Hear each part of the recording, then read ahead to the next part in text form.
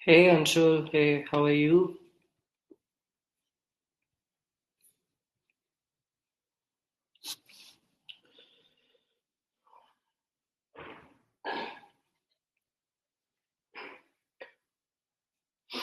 I'm also fine, Anshul. Waiting for the Sunday to come. Enjoy the weekend. Hey Varun, it's a long weekend, yaar.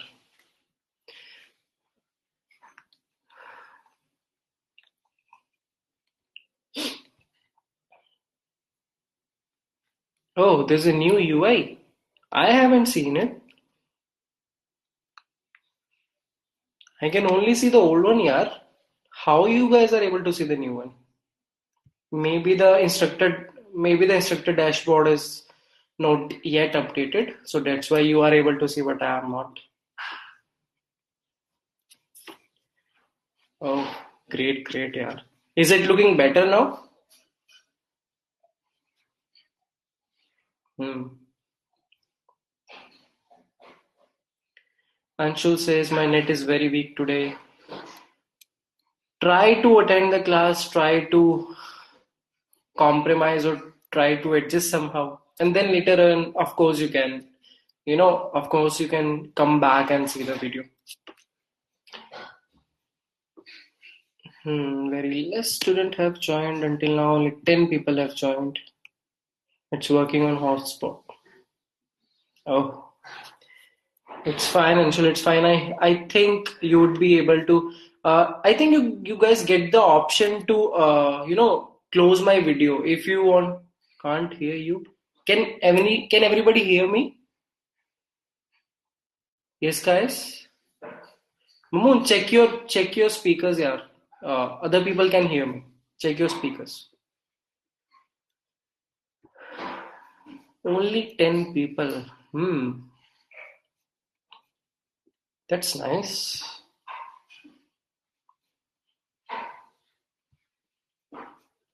So, guys, anything interesting going on? Yes, we'll start in 2 to 3 minutes. But until then, anything new? Semester for Monday. Okay, last semester of the second year. That's nice, huh? All the best for this semester, Varun. Rocket. I hope this should be the last online semester for you. And even though I hope you guys must be called in the college within this semester only. First day of college. Satak, where your college is? In which state it is? Akif says my SEM 3 is not over. And these guys are starting this SEM 4. Don't worry, Akif, it will be. Dehradun, it's a very nice place, yeah. I have been once to Dehradun. I went to Dehradun in 2017 for my Air Force SSB, and it's a very, very nice place. Okay, UP is Dehradun. Okay, I got it.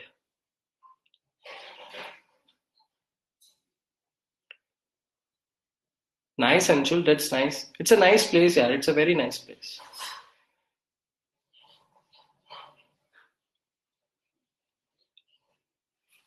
Only 10 people joined. Looks like other are not that much interested. Yes, Anshul, I'm hoping. I hope, yeah. It's been 4 years, and I really have very, very good memories of Dehradun. I have been there once, and that once time it was very terrific 5 days for me. I went for my uh, I went for my NDA SSP in Dehradun, Air Force Selection Board AFSB, and it was great 5 days in Dehradun.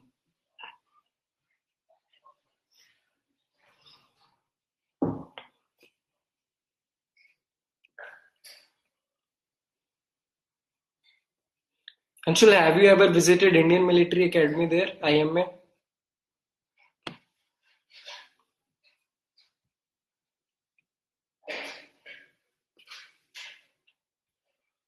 It's a very nice place. Yeah. It's a very, very nice place. Gives lot of motivation.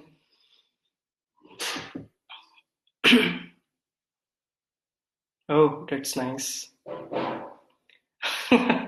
Akif says Sir James Anderson is in great form. Don't worry, our whole 11, even our whole 20, all of the 20 players are in great form. Don't worry.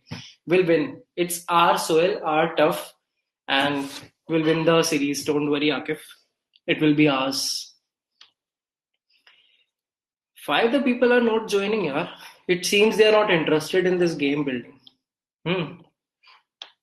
Is it this much boring? Yes, guys. Then why only 10 people here?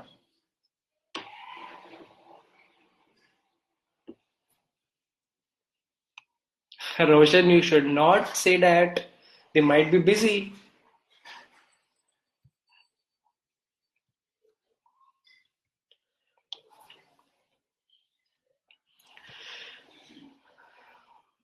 It's fine, Kaustav. It's fine. It's fine for one class. But since today there is not that much lot to cover, today we are just going to complete the game, I think, within 1 hour or 1.5 hours. So it's fine. Until then, let us wait for 4 more minutes. We'll start at 8:10. Any doubts in previous class, guys? Any kind of doubts in previous class? Then we'll start the class. Until then, please let me know if there are any doubts.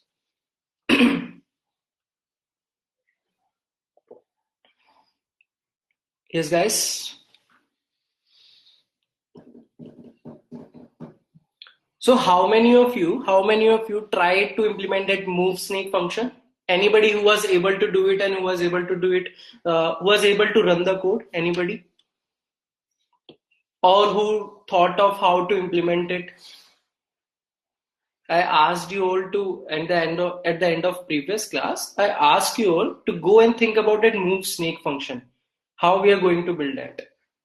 Yes, guys. Anybody who thought of that? Give me some response, guys, yeah. If no, then no. If yes, then yes. Okay, Rahul says I arrived at a possible way of doing it. Right. Ha, Anshul, I know your method. It's absolutely right. So nobody was able to achieve it. Nobody was able to code it, right? Or you guys don't even try it.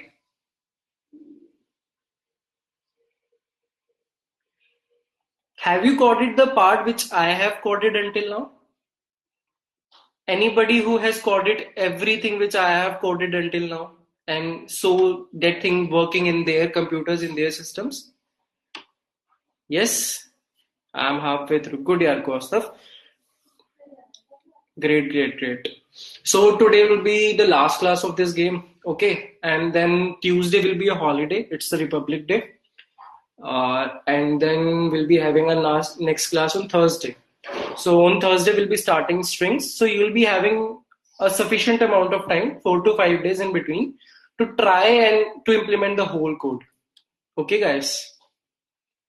Great. And also tell me, would you guys like to have a contest on 26th of January? There are only 12 people here. I don't know if I can ask this thing or not. There are very less people to actually decide if hmm. Level of the test would be there will be questions on arrays most probably. Okay, Anshul. We have already taken a contest on loops and if and else's, so there will be a contest on which there will be 4 to 5 questions on arrays. Of course, arrays already involves loops and if and else's. So let me see. There are only 12 people. I don't know others what others want.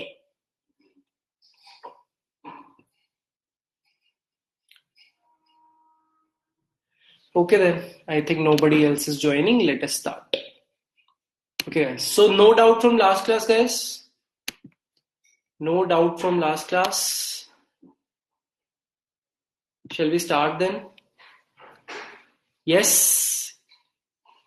Yes, great.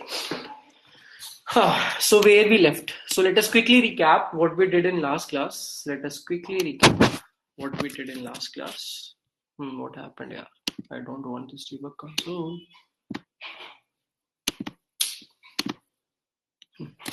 Great. So let us quickly recap. We started by building the border. Then we divided our whole stuff into multiple functions and multiple files. We shifted our user interface code to UI.cpp, and similarly, we also built the header files. And then after building the border, we discussed about this event loop. Why it is called event loop and how we are running it. Then we started our game logic, and then we printed it hash. And then after we printed it hash, we noted that it is moving quite fast, right guys, if you remember.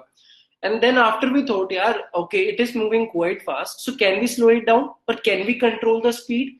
Then we discussed about frames and frames per second, what is FPS, how we relate it to the game, and then we built it something that would manage our FPS. We took the initial time, we took the time after some computations, and then we managed it somehow that it should remain in the same window every time, right? So after doing this, we started building a logic of the snake.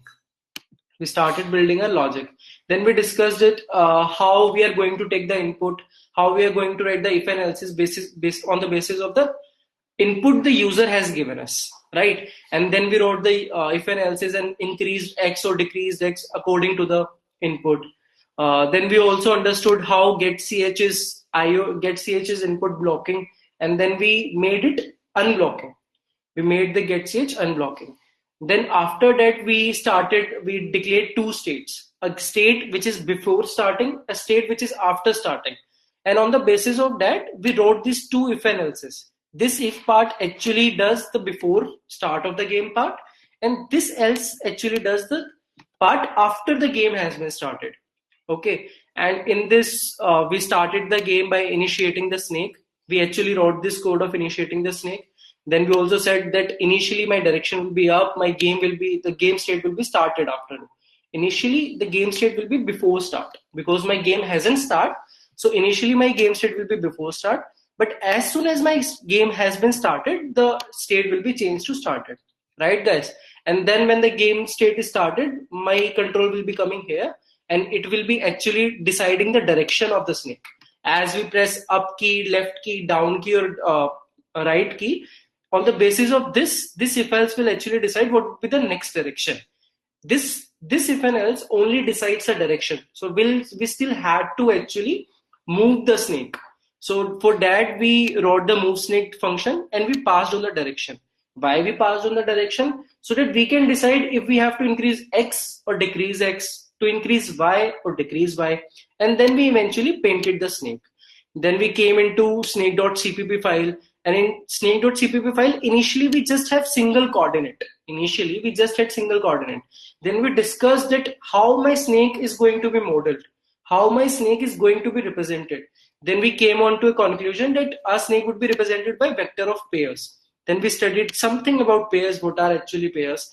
And then eventually we decided that our snake's length initially will be equal to 3. And then we took these 3 points. Yes, guys? And after initiating the snake, we also have to print the snake on the screen. So that is why we ran this loop. And for every coordinate, we printed the coordinate. We printed the hash for that particular location. Now paint snake is done. Init snake is done. And at the end of the class, I asked you guys to think about this move snake function. This was we were doing when there was only one single coordinate. At the end, I asked you guys to think about how now we are going to do when we have a vector, right? When we have multiple coordinates. So from here, we'll be starting today. Okay. So any doubt in this recap?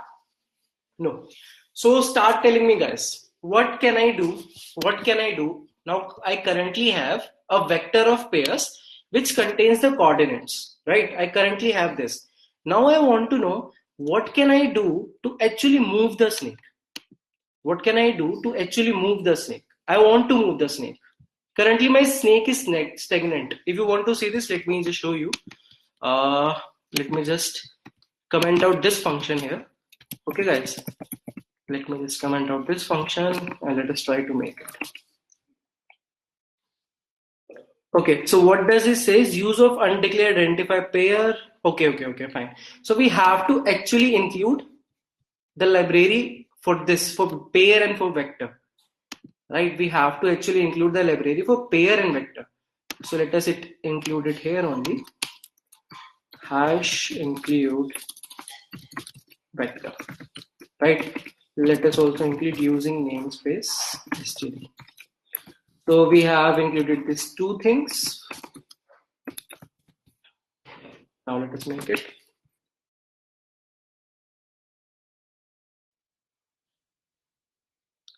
Press space to start. We initially if the state of the game is before start, then we said that press space to start, and if somebody press space, my game would be started. So can you see, guys? This is not at all moving. My snake is here, but it is not moving. Why? We haven't wrote the code for move snake. So let us quickly write the code for move snake. So guys, tell me, give me suggestions. How or what I want to do to make my snake move. How can I move my snake? For an example, let's say my snake is like this. My snake is like this. Let's say hash, and I want to move it into this direction. What should I do? This is the coordinates. We have been given with the coordinates. To move it, we have to do something with all the coordinates, right? So tell me, guys, what should I do if I want to move the snake in the right direction by 1 unit? What should I do? Yes, guys. Rotate. Why rotate, Mamoon? Okay, fine. I understood what you want to rotate. So rather than saying rotate, you can say we should shift. Right, Roshan, right? Great. So people are saying, so let us do one thing, sir. Let us shift every point. Okay. So currently this was here. After we move it to the right position, the snake will become like this. The snake will become like this. Okay. Right, Anshul. Right, Rahul, right. So guys, tell me one thing. See these two snakes. See these two snakes. Do we need to increment every coordinate? Do we need to go to every coordinate position and do we need to increment every coordinate? Think about it. Yes, guys, think about it. If I want to move my snake 1 unit to the right, should I go to every coordinate of my snake and should I increment every coordinate? Right, Mamun, right? So what is happening here? See, can you see this thing? This part and this particular part are actually same. This part and this particular part is actually same. What is only changed? What has only changed? My head has moved one position and I have actually removed my tail.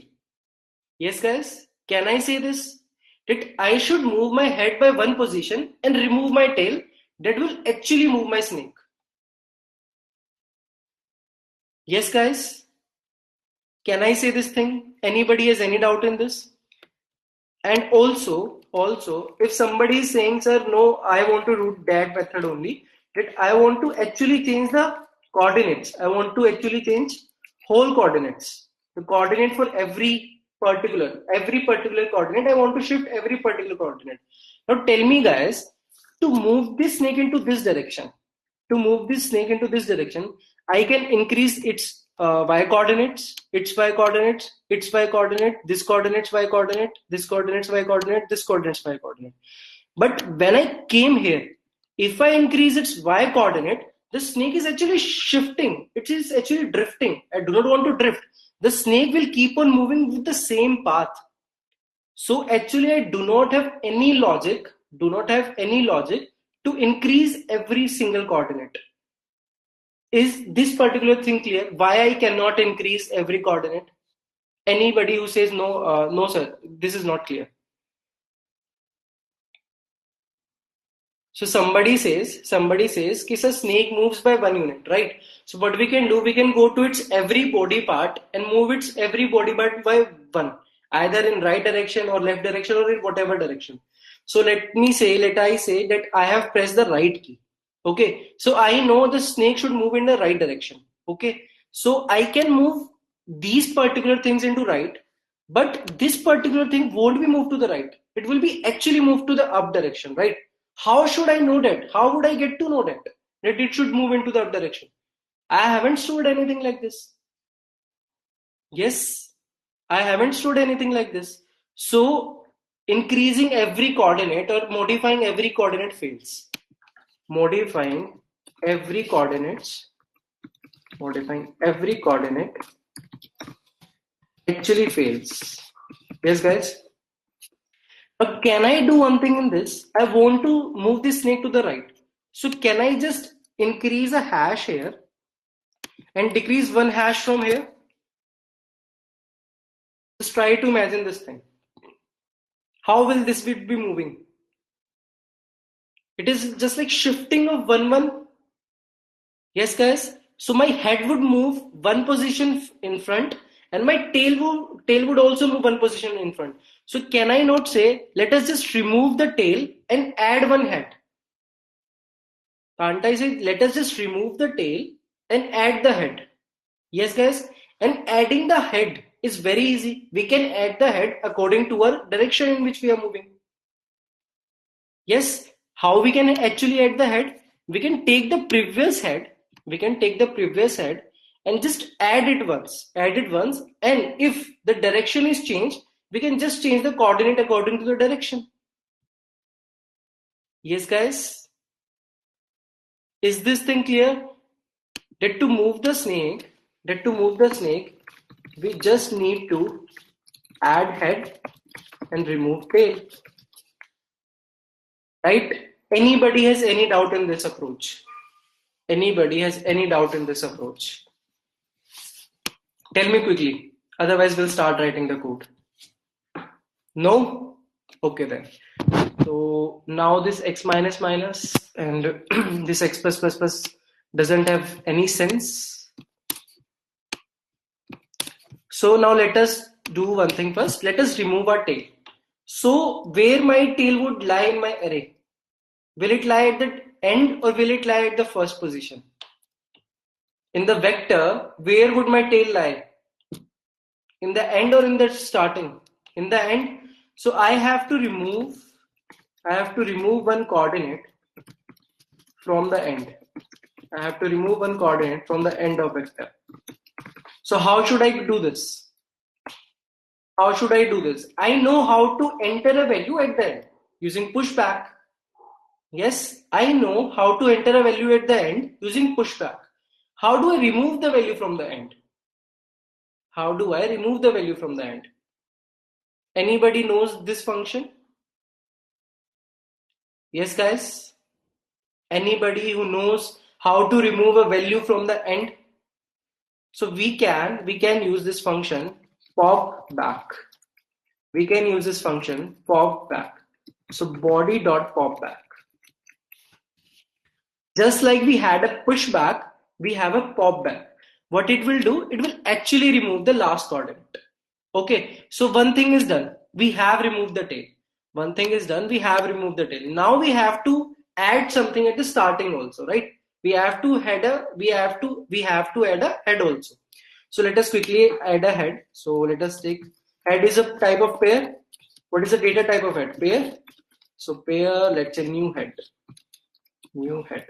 We need to add this new head. Let us also take the previous head because that would actually help me to get the coordinates of new head. Right, guys? That will actually help me to get the coordinates of the new head. Old head. So what is old head? Body of 0. Body of 0. Yes. So can I initially equate it to old head? Let us just initially equate it to old head, and then we can increase the corresponding coordinate according to the direction. Yes, guys, can I say this thing? Let us take one more hash here, and in whatever direction, if I want to add the new head at the top, I can just decrease the x value, or if I want to add the head at the right, I can just increase the y value. Let us first take the new head at this particular position only. Is this thing clear? Why body of 0, Anshul? Because my head is stored at the very first position. In the vector, I am storing things like 1 by 1. My head is stored at the very first position, that was body of 0. So this is my current head, and my new head, let us assume it to be equal to old head. Why old head? I am saying this, let us say my new head is still here. My new head is still here. Then we'll check what is the direction in which we are moving. What is the direction in which we are moving? If we are moving up, then I'll just decrement x, and then my new head will be added here. If I'm moving right, I'll just increase my y, and my new head will be added here. So initially, for the sake of simplicity, I'm just equating my new head to the old head. Right? Yes, guys, is this thing clear? Great. So if my direction is up, what I have to do? New head dot, tell me guys, what will be here? New head dot what? If my direction is up, I am going up. What should I do? First of all, we have to prepare the new head. First of all, we have to prepare the coordinates of new head. Then eventually we'll push it back. Okay, we'll eventually push the new head here after deciding what's the exact coordinates of new head, right? Currently, we are having new head as my old head, but this is not the new head, no? We have to make the new head either above the old head or at the right position or at the left or downwards in whichever direction it is going to move. So tell me, if I am going to up, what should I update? If I am going to move up, guys, what should I update? X or Y? X coordinate or Y coordinate? Anshul says Y coordinate. Anshul, it is not a 2D plane. Y represent my columns, X represent my rows. Right, Akif? Right, Roshan? Anshul, it is not a 2D axis like, okay, it is Y represent my columns and X represent my rows. So I should actually decrement my X, right? I should actually decrement my X. How can I access my X? New head dot what? In the last class we discussed it. How to access the first element of the pair. Right. New head dot first minus minus. Right, guys? And when I'm going down, I just need to do new head dot first plus plus. And when I'm going left, new head dot second. Because second is my y coordinate. Second minus minus. New head dot second plus plus. Yes, guys. Is this thing clear? Is this thing clear? Anybody has any doubt in this? So eventually what we need to do? We need to push this new head into my body. My body doesn't yet have the new head, right? So what I'll do, body dot push back, new head. Yes, are we done now? Are we done now? Yeah. So let us quickly go here and just do it like this and make. Press space to start. Okay, there is some problem. Something has happened. Interesting. So what's the problem, guys? Can you guys identify what's the problem? Anybody who can identify what's the problem? No, Roshan. In move snake, I just have to move one. If I am pressing the key, I'll just keep on repeating. My while loop, my infinite loop will keep on repeating this function. So we do not have to worry about it. My while loop will keep on moving one character every time. There is one very basic problem. We remove the tail from the end. We remove the tail from the end. And where we are actually adding my head? Where we are actually adding our head? We are adding our head at my tail actually. Pushback adds the element at the last position. And last is my tail. Isn't it, guys?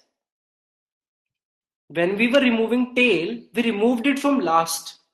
When we were removing the tail, we were removing it from last. So when we are adding new head, we should add it at the first position. right?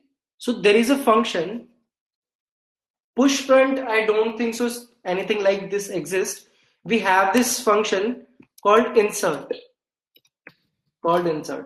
Insert allows us to add at any particular position we want to add. Okay, insert allows us to add at any particular position. So I want to add at the beginning. So body dot begin. It is another function of vector which gives you the beginning, of the vector. So I want to add my new head at the beginning. So until now I haven't mentioned what I want to add. So there is a second parameter, the thing which you actually want to add. So let me repeat it once again. So what was the problem? We removed from the end. My tail is at the end. So if I want to add the head, I should not add it to the end. I should add it to the very front. And we do not have any function called push front.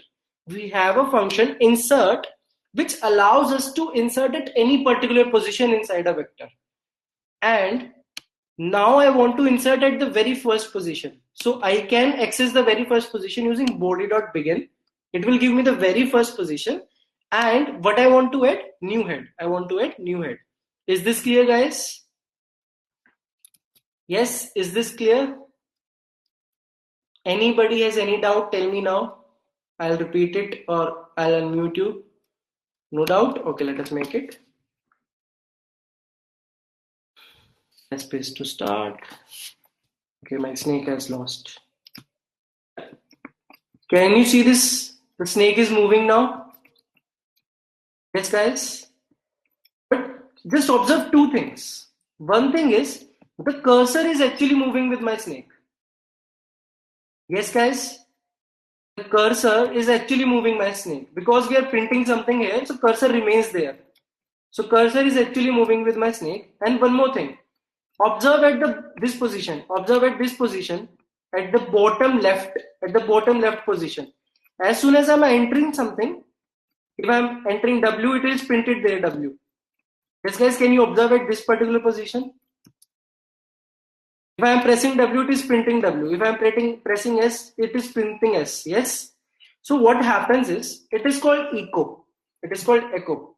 So what happens whenever you have a screen or whenever you have a terminal, whenever you give an input, so it actually echoes. It actually reprints it on the screen. Where my cursor is or where my end is. Okay, so that is why it is actually printing WASD again and again. Whatever key I am pressing, it is actually showing that you have pressed this. So let us say this is a terminal. If I press W, it is actually showing me that you have pressed W. So it is similar kind of screen. And you will always have the access to the endpoint or the where your cursor is. So to remove this echo, Ncurses have already developed a function called no echo. Remove this echo. This is echo. What is echo? You say something and it repeats. Yes, guys. What is echo? You say something and it repeats. In the similar way, every terminal is built in this way that if you type something, it will actually show it to you. Okay, so this function will actually stop the echo of the terminal. Okay, and now the cursor. We also want to remove the cursor. So for that, we have a function called curset. This means set the cursor. If you press 1 here, it will keep the cursor on the screen. But if you pass 0 here, it will remove the cursor from the screen. Okay, remove the cursor. Now you might think, sir, how do we know these things? And somebody previously said, sir, do we actually need to cram? No, you do not need to cram anything. What you need to do is, it was your need that cursor was moving again and again. So what you did, you went to the Google or you went to the documentation of that library, and then there you find out, yes, there is already existing a function which can remove my cursor, and then you use it. This is the way how you develop the project. Okay, guys, let us quickly see.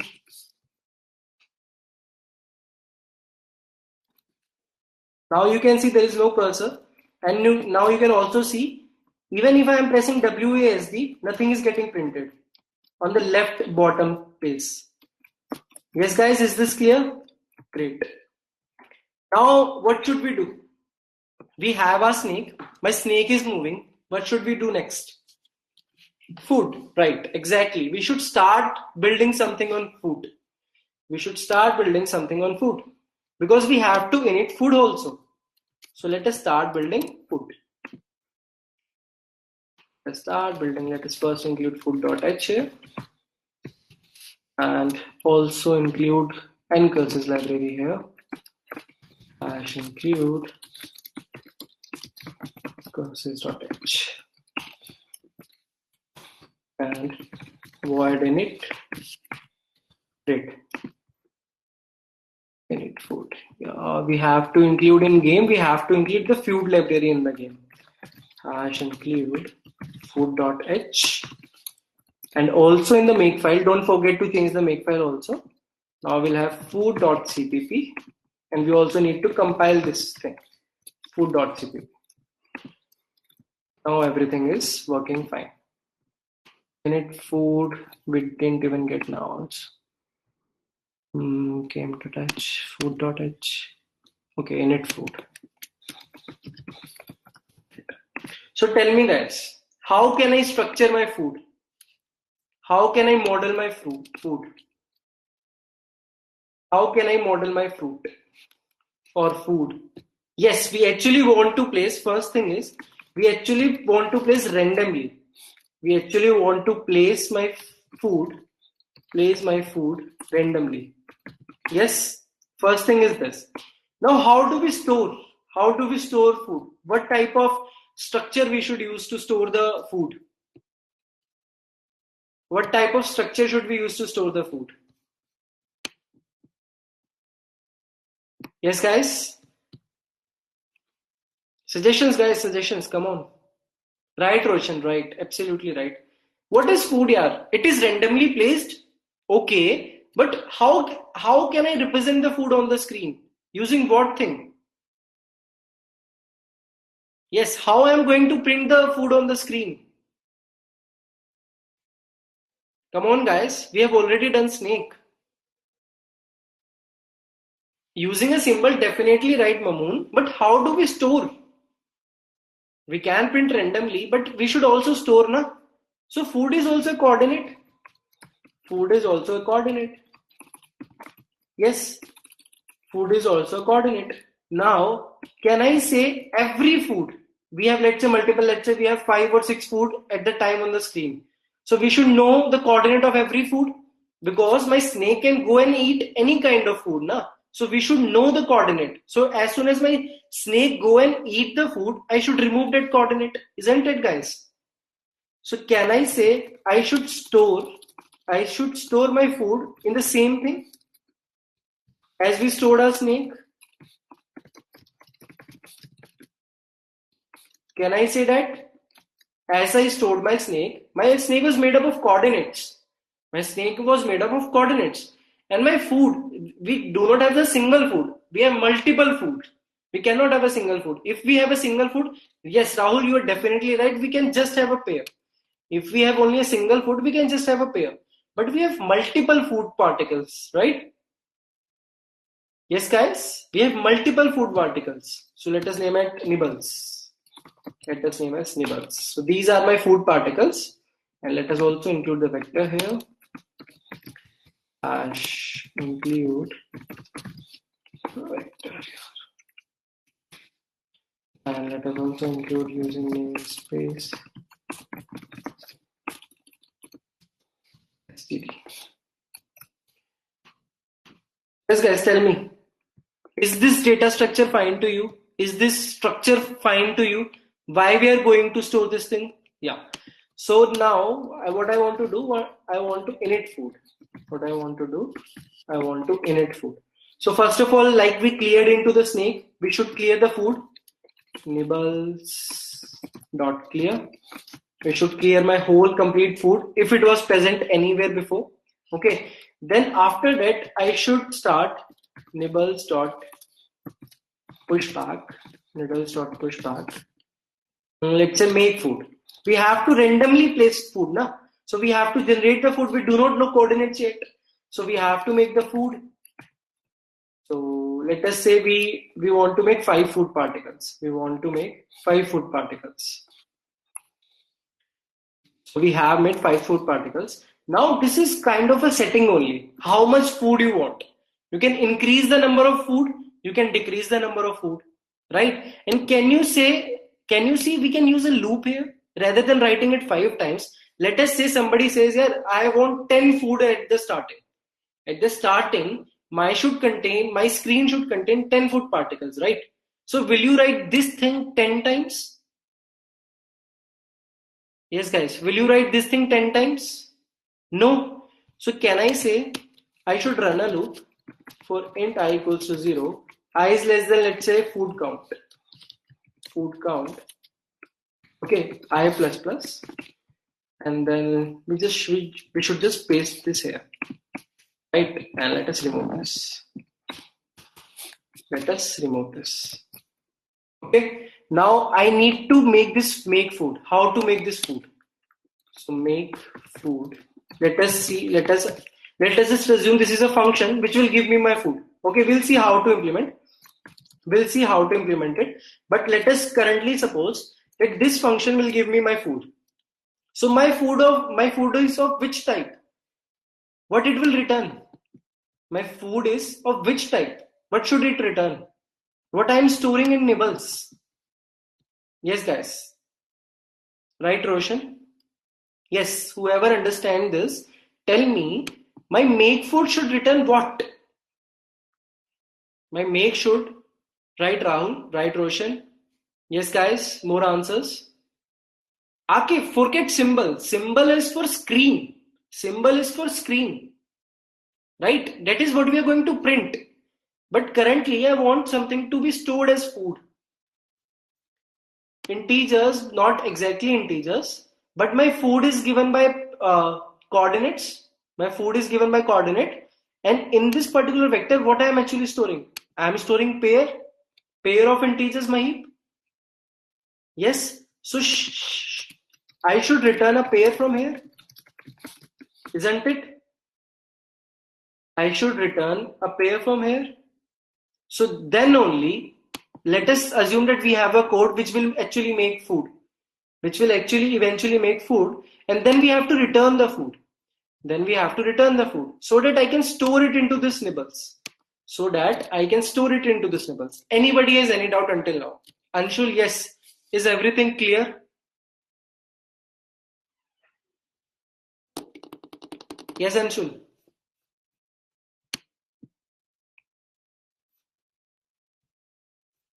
Roshan, we'll do that thing. Don't worry about that thing. We haven't made our food yet, right?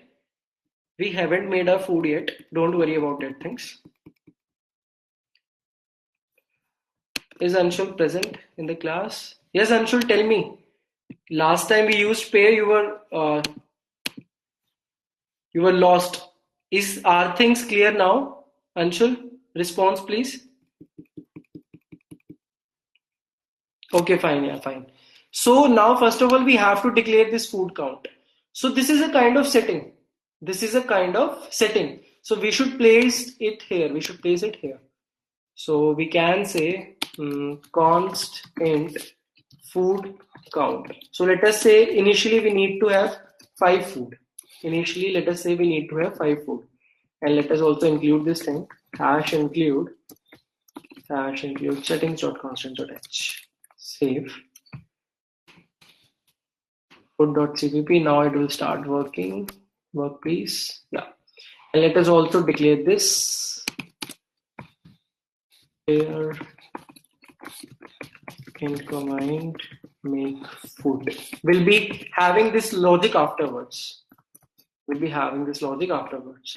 So now tell me, let us say we have initialized our food. We have initialized our food. Now what we should do? Now what we should do? Yes, guys. We have our food inside our code, inside our memory. What should we do? Right, Roshan? Guys, give me responses, yaar. Quickly. Right, Mamun, right. We should print it on the screen also, right? We should print it on the screen also. So void paint food. Void paint food. And how do we paint the food? Just like we painted the snake. We'll go over the whole vector. We'll go over the whole vector. Nibbles.size I plus plus. And what we are going to do? We are going to move to that particular location. We are going to move to that particular location. I dot first and nibbles I dot second. And what we are going to do? We are going to do add ch and let us display it by star. Okay, guys, is this thing clear? Anybody has any doubt in printing this food? What we are doing here? We are just going for all the coordinates we got. We are just traversing all the coordinates and we are moving to that particular coordinates and eventually we are printing the star there. Yes? Anybody has any doubt? No? Okay. So now the thing is how to make this food. How to make this food. So what we actually need to do is randomly generate two coordinates. Randomly generate coordinates. Or can we say we need to randomly generate two values x and y and then add it to our nibbles, right? So what we do now? So this was the problem. Let's say you were building the project. This was the problem. Then you went onto the Google and then you searched it. Then you will find that there is a library. There is a library which is already present, called random. So this library helps us to generate random integers or random numbers. And how can we generate random numbers? By just writing this rand function. This rand function will eventually generate an integer from 0 to, it depends upon compiler to compiler and systems to system. So in this particular system, it would be generating from 0 to, let's say, int max. So what this random function is doing, it is actually generating a random value, any random value from 0 to int max. Yes, guys, is the function of this rand clear what it is actually doing? Anybody has any doubt? But tell me what happens if it produces the number, let's say, int maximum. Should we take that int maximum as a coordinate?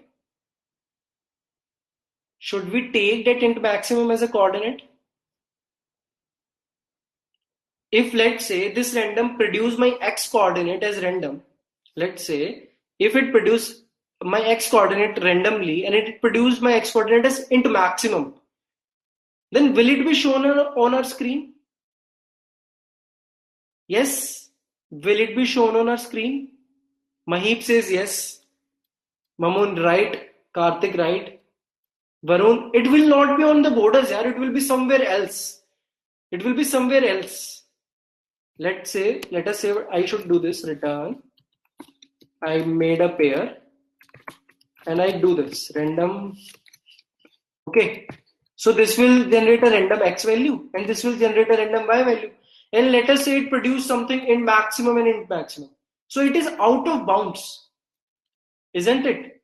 It is out of bounds. So I should do something that it should remain into my bounds. What are my bounds? What is the bounds for x? Where should my food lie? Inside that square, not even on the border, inside that particular border. So can I say for x coordinate,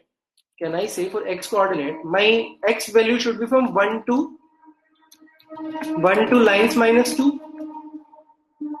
Can I say this thing? And similarly for y, can I say my y coordinate should be from 1 to cols minus 2? Yes, guys? Are these ranges clear? Why we are going to have these ranges? Why should we only generate? Yes, Anshul, you should watch the video later whenever you have a good connection. Okay. So, and ask me if you have any doubt on scalar chat. So, are these ranges clear? Anybody has any doubt in these ranges? Anybody has any doubt in these ranges? No? Great. So tell me, how can you restrict a number? Let us say you have this number 1, 2, 3, 4, 5, 6, 7, 8, 9, 10, and you want to restrict every number. You want to restrict every number between 0 and 4. You want to restrict every number between 0 and 4. How can you restrict it? Think about it, guys. Mathematics. If condition no, think more. You have to restrict every integer between 0 and 4 only. How can you restrict? Right, Roshan, you are on the right path, but that particular integer is wrong. I want to restrict it within 0 and 4. I want to restrict this number between 0, 1, 2, 3, and 4. What are these? Can I say, right, Rahul, the integer which you have wrote is wrong. The integer you have wrote is wrong. Roshan, think about it. What are these? You always have to restrict every number between 0, 1, 2, 3, and 4. You do not want anything else than this. You do not want anything else than these values. Which kind of mathematical operator or which kind of right, Roshan, right. Which kind of mathematical operator can help you to get only these values? Right, Rahul, absolutely right. Right, Roshan. So can I say, if I take a number, this was the number generated by my rand. This was the number generated by rand. And if I take modulo with 5, the value will always remain from 0 to 4.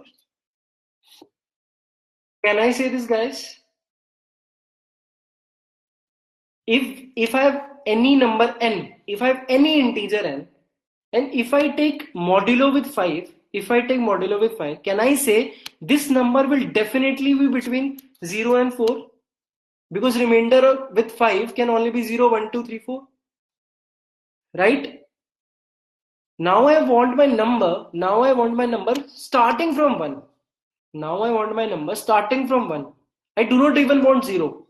So can I do this n percentage 5 plus 1? By this way, my number will stay from 1 to 5. Can I do this thing? Because I do not even want 0 to be produced. I didn't even want to produce the 0 also. I want to start from 1.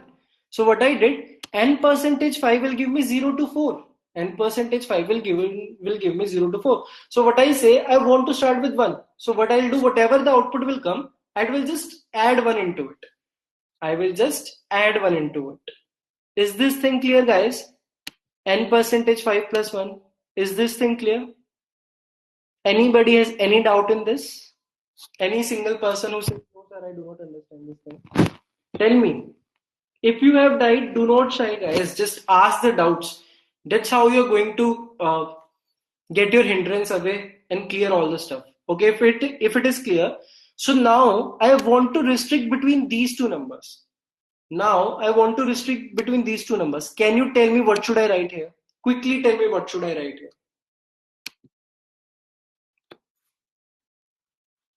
Quickly tell me what should I write here. When I wanted to restrict between 1 to 5, I took modulo with 5 and actually added 1. What will happen if I want to restrict between these two? Can I say I have to take the remainder with lines minus 2 and then add 1 into it? When I wanted to restrict between 1 to 5, I just took the modulo with 5 and added 1 into it. So can I say I want to restrict the numbers from 1 to lines minus 2? So take the modulo with line minus 2 and add 1 in it. When I take the modulo with line minus 2, my numbers will be from 0 to line minus 3. Okay, but I want from 1 to line minus 2. So I just added 1. Yes, guys, in the similar way here. Anybody has any doubt in this? Anybody has any doubt in this? Anybody has any doubt in this? And remember, this is a very, very, very important trick. That how to restrict number between within a range. How to restrict number. So you just You used a library rand, but you actually learned a new trick, how to restrict numbers between two integers or between something range. Yes, guys? Great. So we have generated our food. This will actually give me a x value, and this will actually give me a y value, right? Yes, Roshan. Yesterday I told you it should return a pair. It should return a pair. And how my pair is represented? Yesterday I told you my pair is represented by these two brackets and inside these integer values. Right? Either by this or you can use a make underscore pair function.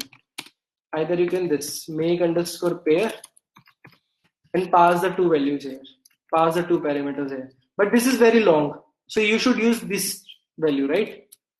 So that is why this two curly brackets, and inside this two values. So it will actually form a pair and I want to return a pair.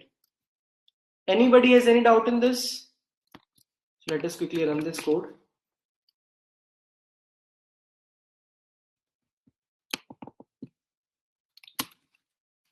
Okay, what happened? Interesting. What happened, guys? Can you identify what happened? These are the very, you are on the right thing. What the problem is, we actually called init food. Game.cpp. We actually called it init food, but we did not call paint food, right? We did not call paint food. So where should I call paint food? Where should I call paint food? Should I call paint food here? Because I'm painting my snake here. Can I call paint food here? This is the else part where my game is actually beginning. So I should call my paint food here. And for that I have to also include that file. Food.h is already included. So I also have to declare it here. Void paint food. Can you guys see how I am debugging things?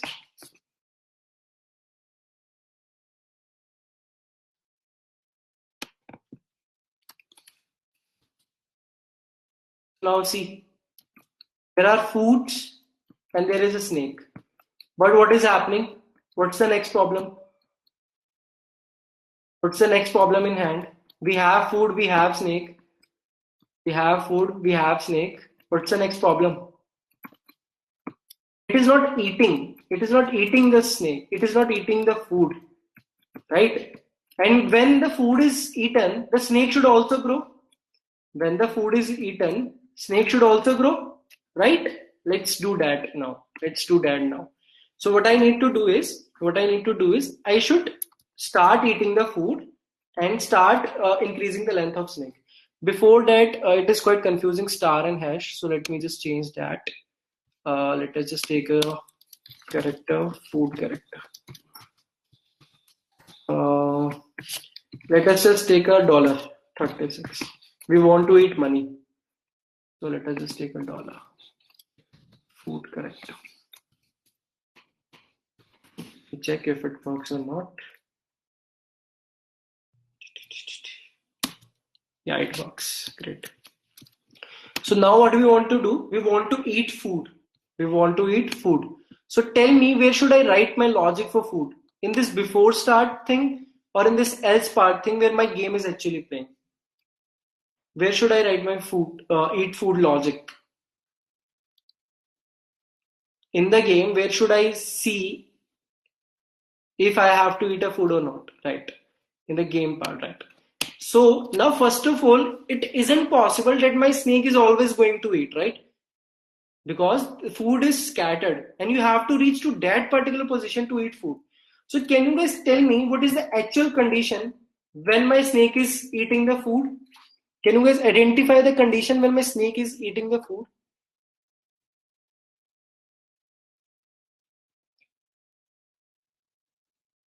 Coordinates of snake is equals to coordinates of food. Coordinates of snakes are very many coordinates. Right, Roshan, right? Right. Food position match with snake position. Snake position is long. Right.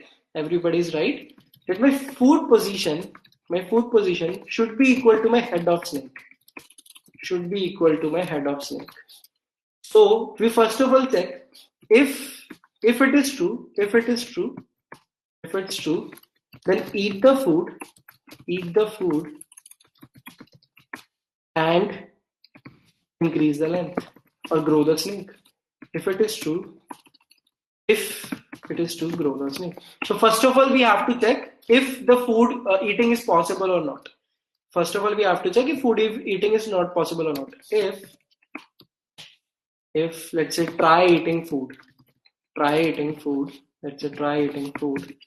If try eating food, if it returns true, what should we do? We should grow snake. And inside this try eating food, if it is possible, we should eat the food. And now it should return a Boolean value. It should return true or false. Yes, guys. It should return true if it actually eats the food. It should return false if it doesn't eat the food. Yes, if it eats the food, we have to grow the snake. If it eats the food, we have to grow the snake. So tell me, where should I place my this function and where should I place my this function? Where should I write these functions? Shall I write my this function in food because it is related to food eating? And shall I write my this function into snakes file because it is related to increasing length of snake? Yes, guys. This is how you should decide which function should go where. Okay. So let us go to food.cpp. First of all, we need to declare it here.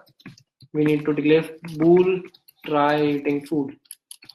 Bool try eating food. Okay. And then in the snake.h, we should write void grow snake. Void grow snake. Okay. Now tell me one thing, guys. Yeah, let me just include it. So tell me one thing, guys. We need to try eat food. Okay. So in that particular position, I will be checking if my food position is equals to head of snake. Right? I will be checking this. If any food position is equal to head of snake. So in that file, in food.cpp, I have the position of food. I have all the position of food. Do I have head of snake here? Do I have head of snake present in this food? I know all the coordinates of nibbles. I know all the coordinates of my food.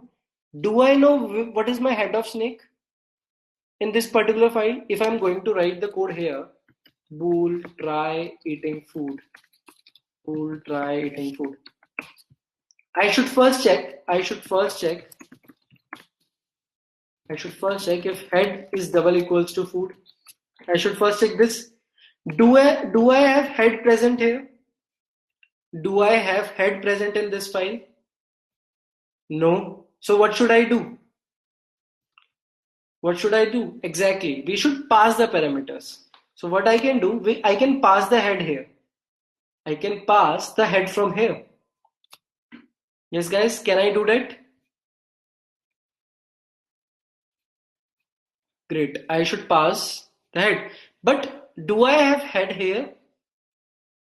Do I have head from game.cpp? Do I have head here? In this particular position?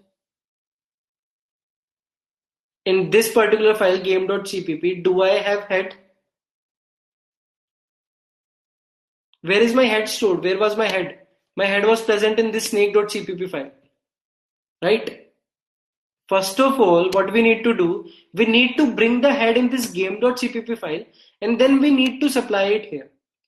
Right? So can I somehow get my head? Can I somehow get my head?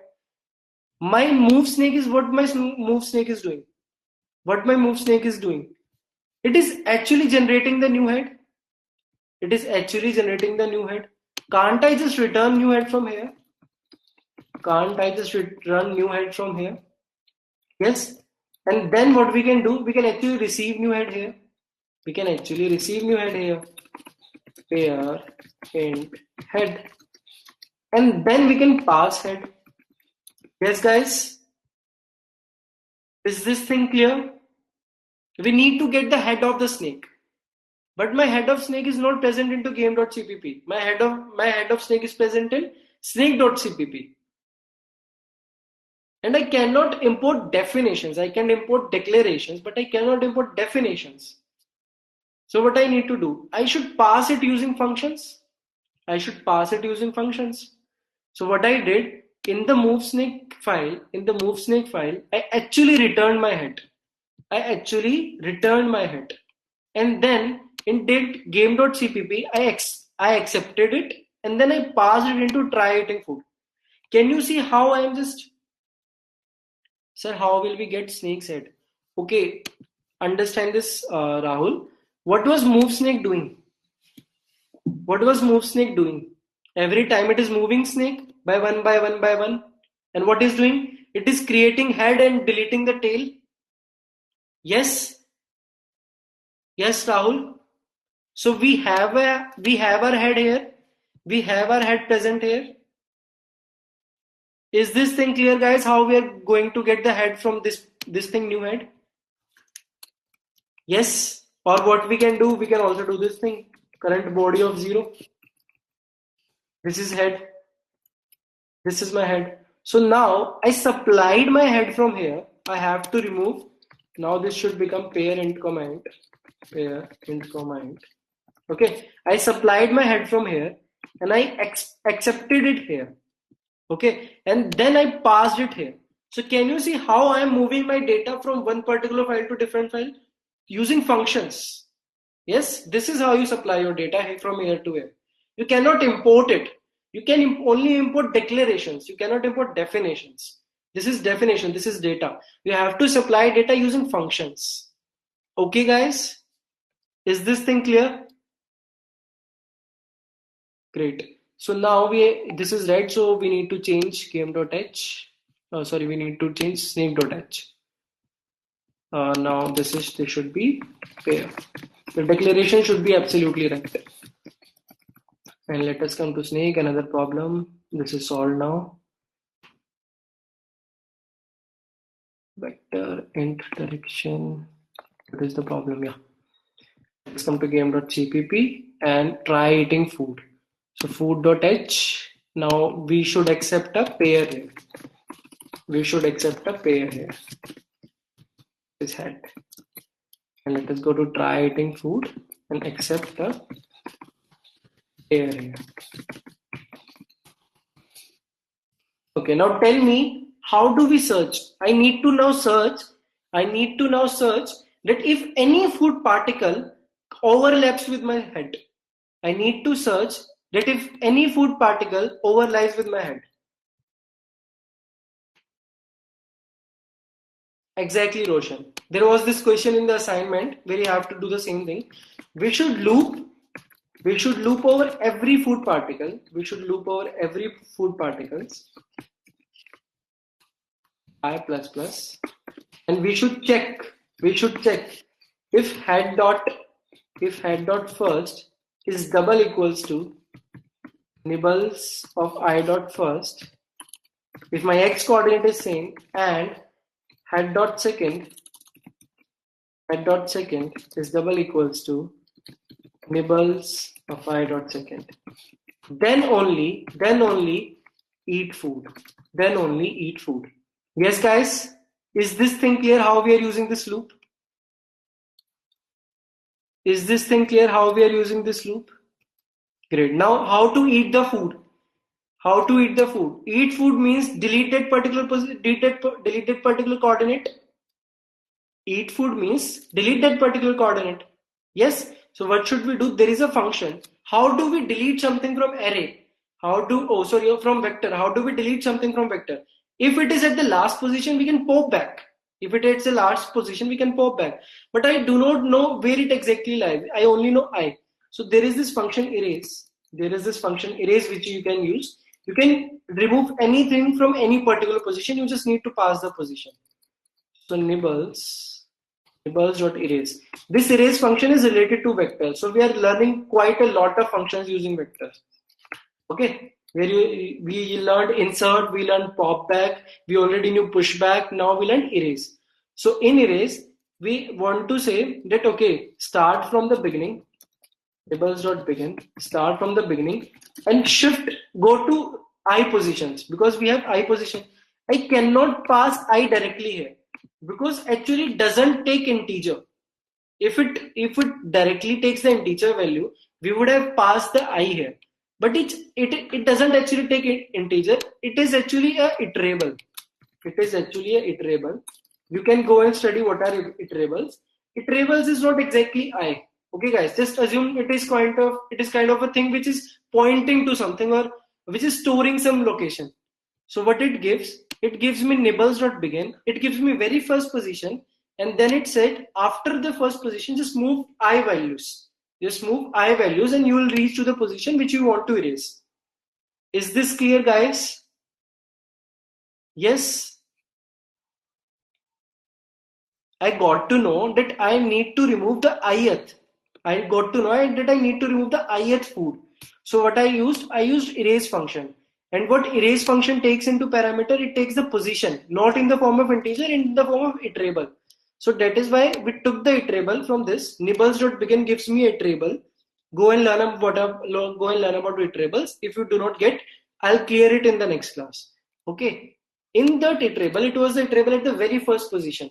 As we did in arrays, array plus I will actually take jumps of 4. In the same way, array plus I. Okay, just assume this is the very first position plus I. Got it, guys? And just erase it. Just erase it.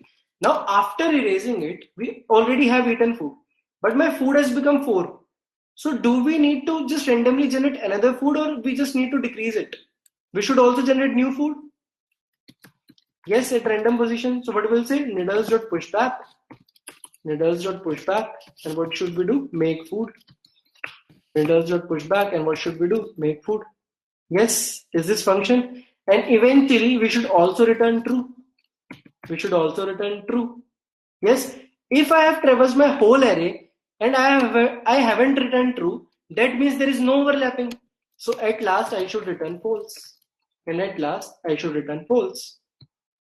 Because if there was some overlapping, true would have already have been returned, right? True already returned ho chuka hota. But since I am not able to search my food, since there is no overlapping, I should return false, that I cannot eat the food. Okay, guys? Is this clear? Anybody has any doubt? Respond, guys. Come on, respond. No doubts? सबको सब कुछ समझ में आ रहा है, because only few people are responding me that yes or no. Great. So now the thing is, I have already written try eating food and now want to write grow snake. I now want to write grow snake. So let us go here into snake.cpp and let us write this grow snake. So can anybody tell me how my snake would be growing? Can anybody tell me how my snake would be growing? If I have eaten from, can I say my snake? Tell me, guys, how exactly right, Roshan, absolutely right. Tell me, guys, how can I grow my snake? You have to tell me. I can only do it, but I need to. Right, Mamun, right? Exactly, Rahul, you actually picked the right thing we need to do.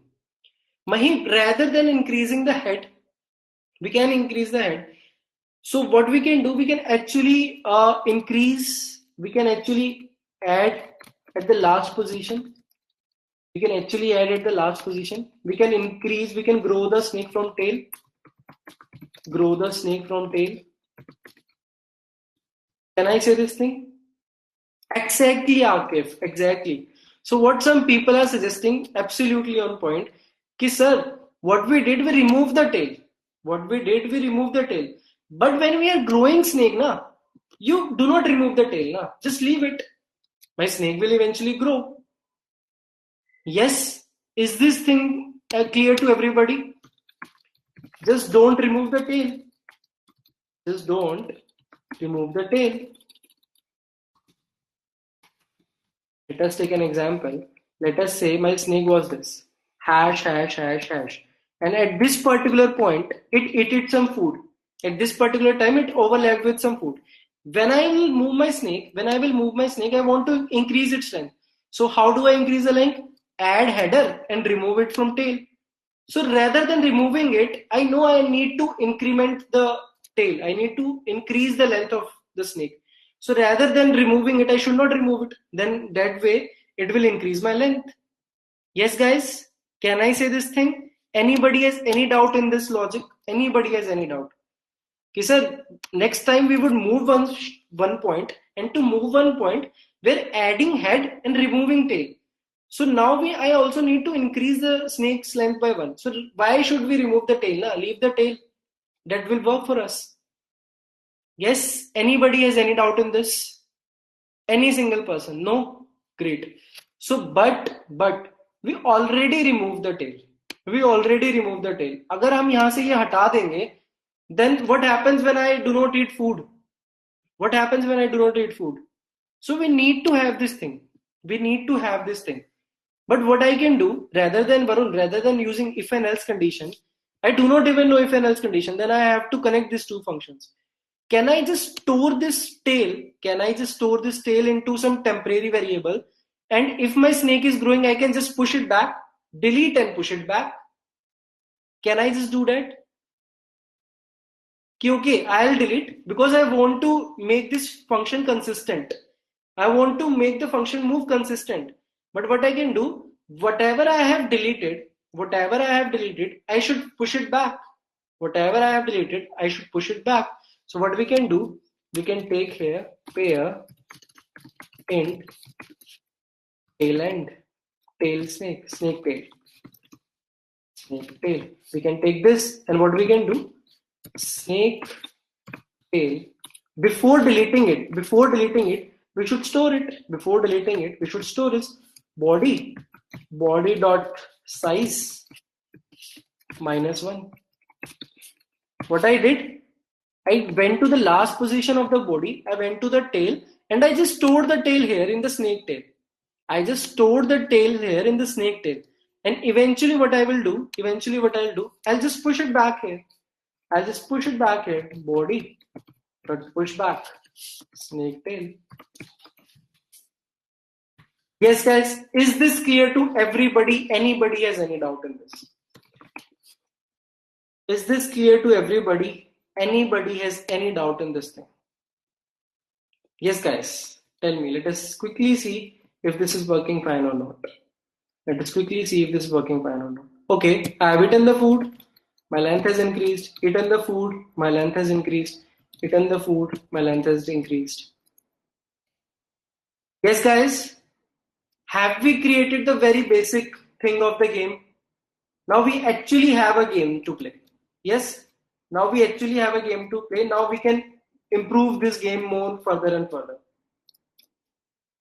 Any doubt until now? Any doubt until now? So what is remaining now? What is remaining now? Is this thing allowed? Is this thing allowed? No. This is not allowed. So what is remaining? What is remaining? We just need to identify the collisions. We just need to focus on ending the game. Right? We just need to focus on ending the game. Okay? So let us just quickly take our rest of the time. Right. How many type of collisions are there? 2. Absolutely right. Either it touches the border, the wall, or it touches itself. Either it touches the border or it touches itself. Right, guys? So let us go to CPP. Now tell me, where should I write the function? Let us say we are going to write a function has collision. Let us say we are going to write a function has collision. Where should I check if there is a collision or not, and where should I write the has collision function? First of all, where should I check? First of all, where should I check if there is a collision or not? At which place? In this game.cpp? I am checking here if it is trying to eat a fun. Right? So can I check it here? Can I check it here? If has collision, yes, can I check it here? What should I do if I has collision? If there is a collision? If there is a collision, what should I do? End the game. I should actually end the game. Right? So as we wrote a code for start game, let us quickly write another function called end game. Called end game. Right? Not the Avengers end game. It is our end game. Void end game. Okay, what should I do in this end game? Should I initialize snake? No. Should I initialize food? No. Do I care the direction of snake now? I actually don't. Do I care of the state of the game now?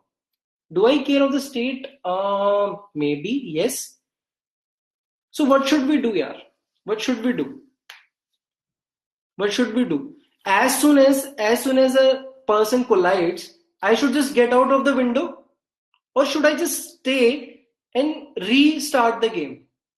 What is good for a game? When you are playing a game, what is good for a game? As soon as the game is over, press Alt 4 straight away. No, na. I should present to the user, okay, we are still in the same window. I should not. I should make the game over, but I should not remove the screen. Right? Exactly, Roshan. Exactly. So what should I do for that thing? Can I somehow manage it by state? Can I manage it by state? I should not actually terminate the screen. I should just start the game again. Or I should just take back him to the screen where the person is saying press the same key, press space to start. Yes. So can I say my end state is actually my before start state? Can I say this? That my end state is actually my before start state. So what should I do? Game state. Game state is equals to before start. Game state is equals to before start. Should I do this? Yes, guys. Should I do this? Great. Now what I need to implement? I need to implement this has collision function. So it is a property of snake. It is a property of snake. So we should implement this function into snake.cpp. So let us quickly write. Now has collision. What type of data should it return? What type of data should it return? Bool? Absolutely right. I'm loving yaar. You guys are actually responding and telling me the right thing to do. Very nice. Bool has collision. So now I have two type of collision. Collision. I don't know what we actually say. Bad at English. Collision with border and collision with itself.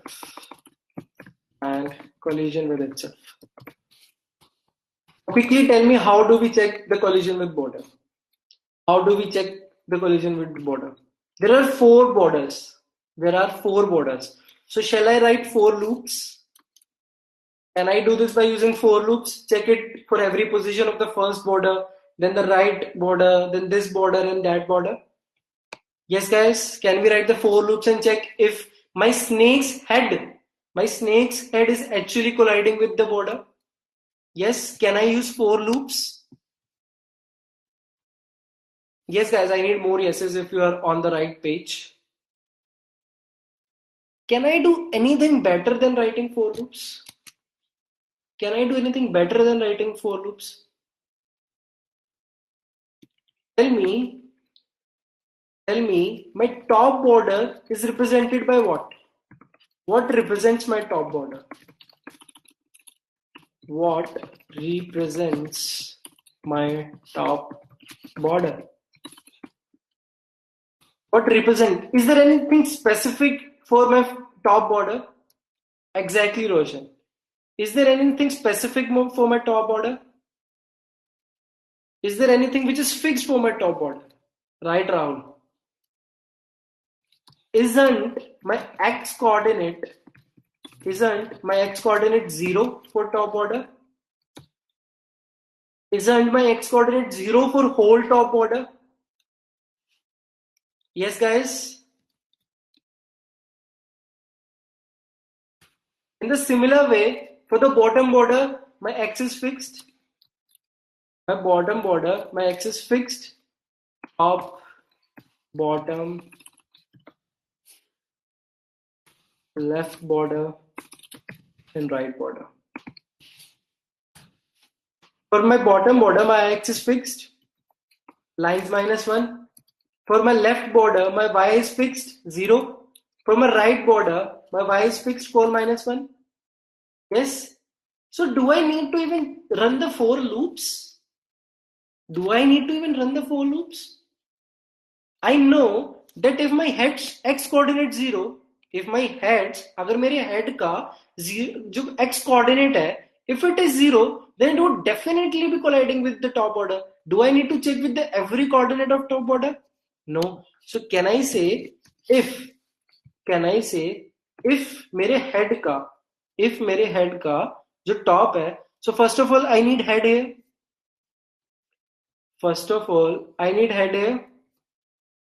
Yes. So now I do not want to actually pass because I already have the body here. So I do not need to pass. What I can do? Here, int head equals to body of 0. Can I do this thing? Because I already have body present in the same file. I already have the snake body present in the same file. So I do not need to get head of snake from anywhere else, right? So if my head dot first, okay, so rather than writing it again and again, let us say x coordinate is head dot first and y coordinate is head dot second. So can I say if my x is double equals to 0, then it will collide, or my x is double equals to line -1, then it will also collide, or if my y is double equals to 0, then it will collide with left border, or if my y is double equals to cos -1, then it will collide with the right border. Right, guys? Can I say in all of these cases, I should return true? Can I say this thing? In all of these cases, I should return true? Yes. Is my collision with border done? Yes, guys? Is my collision with border done? Anybody has any doubt in this collision with border? Quickly tell me. Anybody has any doubt in this collision with border? Now tell me, guys, how will I going to find if I'm colliding with myself or not? Tell me how I'm going to find if I'm colliding with myself or not.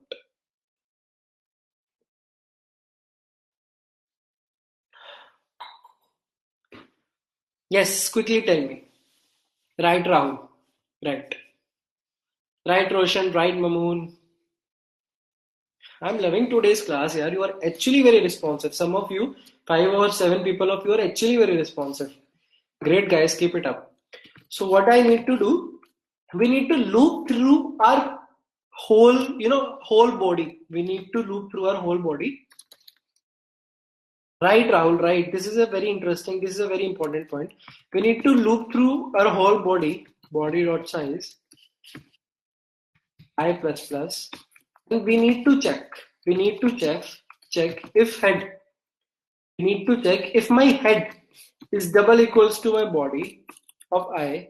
If my head is double equals to body of I, we can always check these pairs like equality.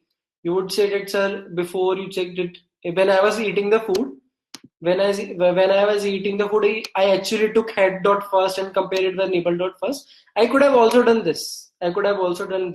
Directly compare the pair with each other. If my head is double equals to body, return true. If there is no collision with border and if there is no collision with itself, what should I return? False. Yes, guys, what should I return? False.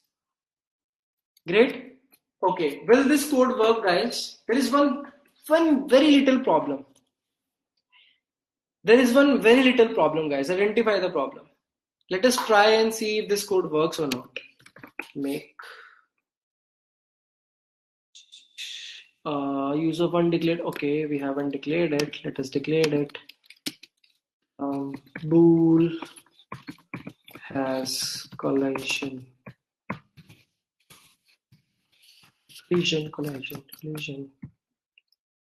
Bool has collision. Make.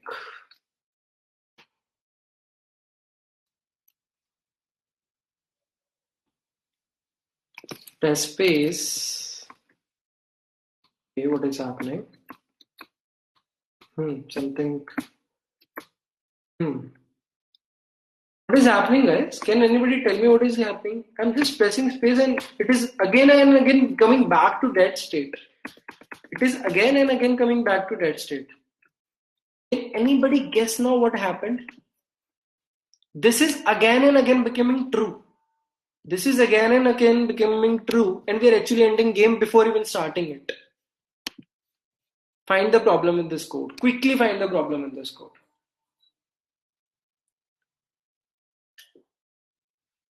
This particular function has collision is always returning true. This function is always returning true. Right, Karthik, right. Right, Rahul, absolutely right. Guys, I need you guys to identify the problem. There are 17 people, at least 10 of you should identify the problem. It is always returning true. This particular function is always saying that I am going to have a collision. I am going to have a collision. How? Why? Have we done something wrong? Karthik and Rahul are absolutely right. I need more guys to reply me with the answer.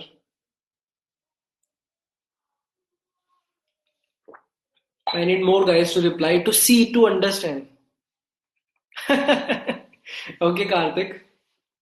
Karthik is saying, sir, it is predicting future. It is our code has become so good that it is predicting future. Okay, Karthik, I do not think so, but you have already done the thing. Tell me, guys, this function is always returning true. Why it is happening? Try to run the loop. No else condition. No. If it collides with border, it will return true. Okay. If it collides with itself, it will return true. If it do not collide with anything, then it will return false. And in that UI, in that game here, if it do not collide, it will just go on with the same flow. It will just keep on carrying on. I do not need to put an else condition here.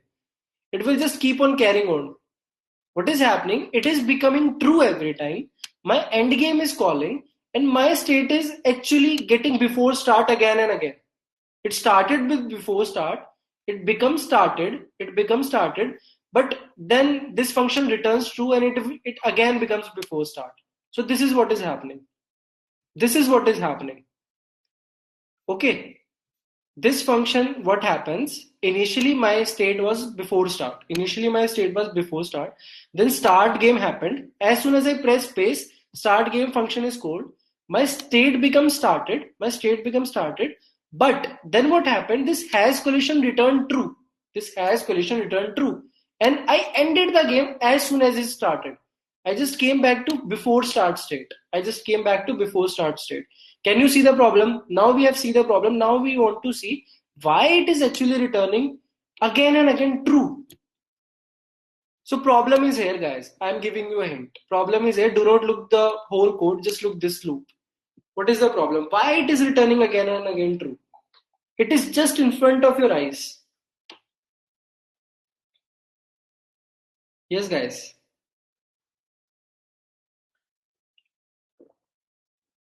Right, Roshan, right. Now you are understanding.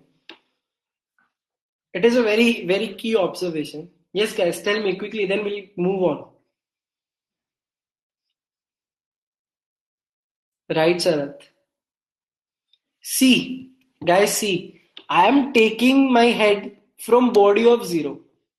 And then I am comparing it again with body of 0. I should not compare my head with head now. My head cannot collide with my head.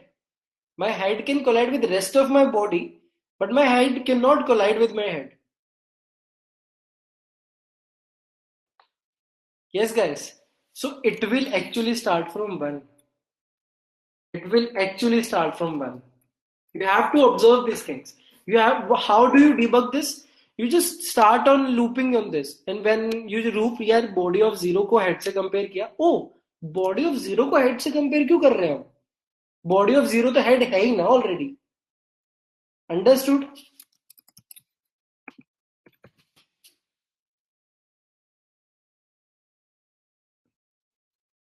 Press space to start. Let us try moving. Hit and foot. Over. I strike with the border. Game over. Now let us quickly make it a huge snake so that I can collide with the body. अरे यार.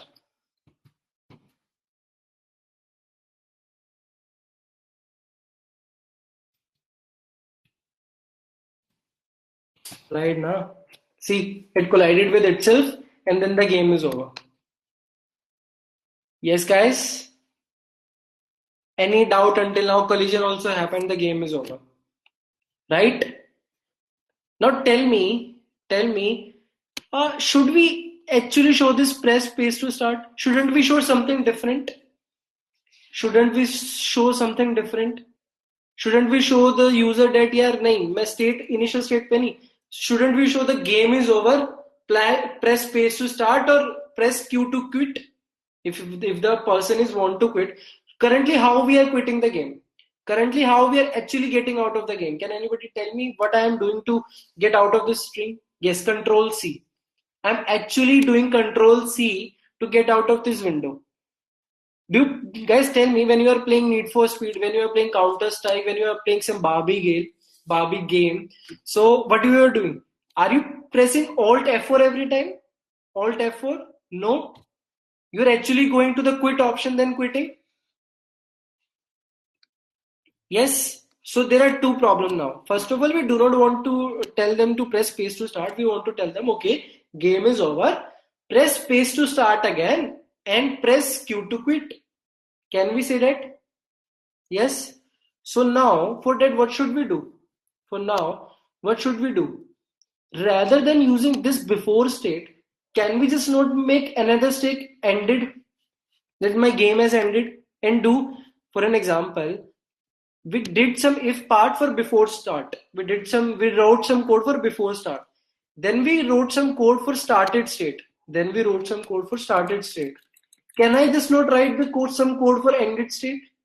Right? Can I not just take another state and write the code for it?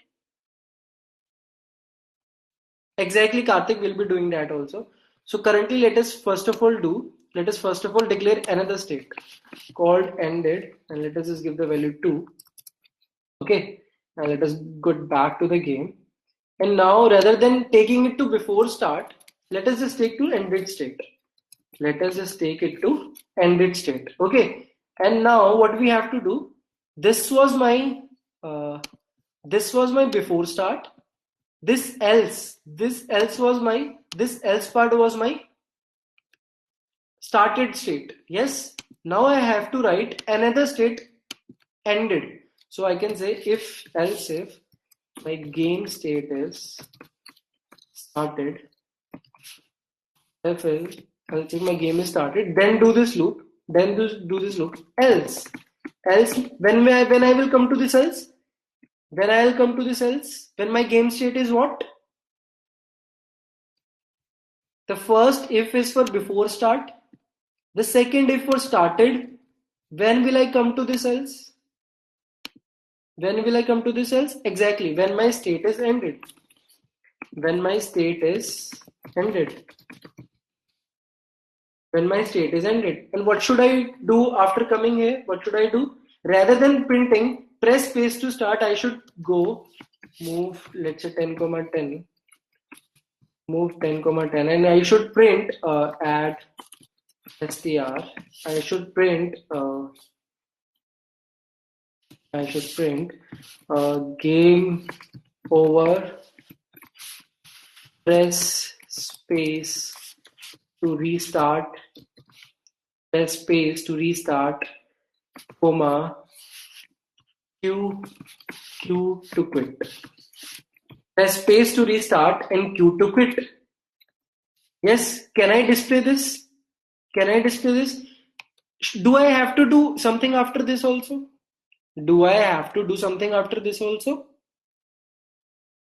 I have printed here if the state is ended, move to 10, 10 and write this. And I am saying press space to restart or Q to quit. So exactly, Rahul, exactly. I need to take a response for this. As we said here, press space to start, within checked. So we also need to check what is the response from the user. We also need to check what is the response from the user. So can I say if e equals to 32, what should I do? If e is equals to 32, what should I do? Tell me guys, if key is equals to 32, what should I do? If key is space, right sir, right, exactly there. So we should start the game again. Right guys? We should start the game again. Else if the key is Q, we should quit or we should exit game.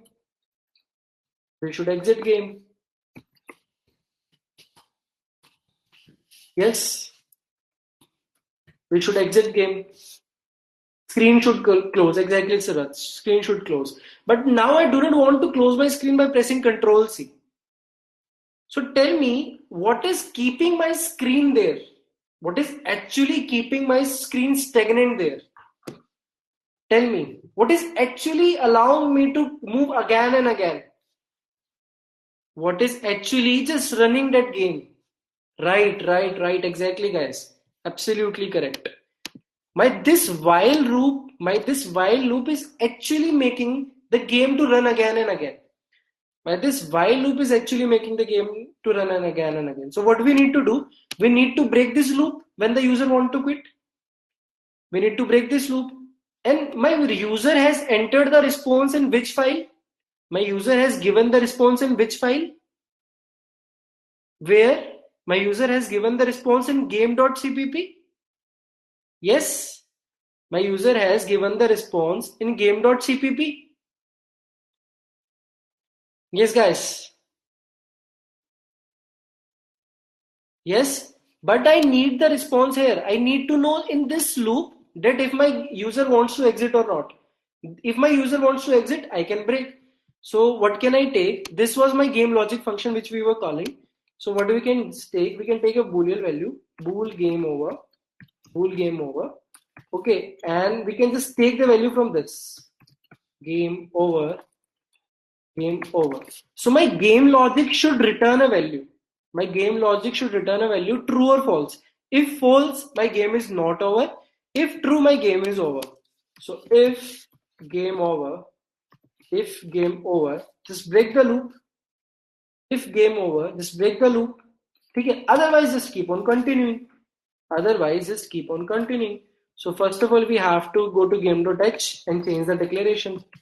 Bool. Then we go to game.cpp and change the declaration here also. Cool. Right? Now what we need to do, if my key is Q, I should return true to the while loop. Yes, guys. अगर मैं quit करना चाहता हूं तो I should return true to the while loop. Yes. So rather than calling a function here, what we can do, return true. Game over. Okay. And if I do not want to do this, I should also return something. So should I return false? I do not want to quit. So every time if I do not want to quit, I have to tell the while loop. Now I do not want to quit. So I have to tell return false. Yes, guys, is this thing clear? Anybody has any doubt in this? This return true is saying, this return true is saying that game is over, just quit the while loop. Okay, this return false is saying no, game is not over. I want to keep on moving. Because this function actually needed a return value. This function is actually needed a return value. So let us come back at this position, main.cpp. Now if I get true here, then I would break the loop. If I get false here, I would just keep on continuing the loop. Right, guys? And at the end, let us write, cout, thanks for playing snake game, but don't Okay, we have to give an escape character, but don't be a snake in real world. Yes, guys. We need to eventually we need to go out with a very beautiful greeting message. Okay, so thanks for playing the game. Now let us try to run this. So let us start. Okay, now press space to restart. Let me press space. It restarted again. It restarted again. And let me just quit it again. Q to quit. Thanks for playing the snake game, but don't be a snake in real world. Is it fine, guys? Yes. And if I make this, make clear, make again. Come on, yaar, make clear, make again. If I make, and if I let's say press Control C, if I press Control C, you can see there is no message. There is no message because we are actually quitting forcefully. The same way we were actually pressing Alt F4 when we are playing some type of game, right? Great, great, great. Anything you want to add in this? Anything which is still missing? One more thing which is still missing. A game is never exactly a game is never good without that thing, and a game is never satisfactory or it never satisfies us. It is something which keeps us on playing that game. Exactly, score, score, score. We need to score. So what we can do, we can initialize, we can take a score variable. We can take a score variable, and whenever my game is started, I can say my score is 0. I can say my score is 0, right? And when should I increment my score? When should I increment my score? Tell me, when should I increment my score? Yes, when food is eaten. And where food is eaten? Food is eaten here. So what should I say? Score plus plus. What should I say? Score plus plus. Right? Now I also have to display the score. I also have to display the score. So I can either display the score on the border. I can display the score on the border, somewhere on the border, right? So shall I change this function or shall I try it at another function? Shall I affect the paint border function? Should I, using the logic, should I actually change this paint border function? What paint border function does? Paint for what's the work of paint border? Paint border just paints the border. So should I actually change this paint border to print the score? Isn't it very bad? Let us do paint border the work it is doing. Let us do paint border the work it is doing. Let us actually generate another function. Let us say paint status. Let us say paint status. Okay, and let us write paint status here. Paint status, and then we can write move to, let's say, move to 0,5 on the top border, move to 0,5 on the top border, and print score and print score. Currently we know two functions: add ch, which add the character, add ch, which add the character, and add str, which adds the string, add str, which adds the string. But we now here wants to print an integer. Now here we want to actually print a value which is stored in the variable. So we cannot use these two. What we need to use? Print on window, print on window, print w, print on window. What should we do? Score, score, percentage d, and what I want to print? Score. This is called string formatting in C++. If you guys have worked with C, you can see what is this. There is this function called printf in C. There is this function called printf in C. Right? In the similar way, this is print w, print on window. What do you print? Score. This string will actually be printed itself, and on the place of this shows me what is the data type of what we want to print. So score, print score, and the value of score is given by this variable. So let us just make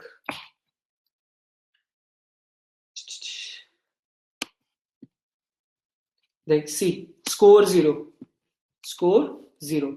So let us start eating the dollars. Score 1, 2,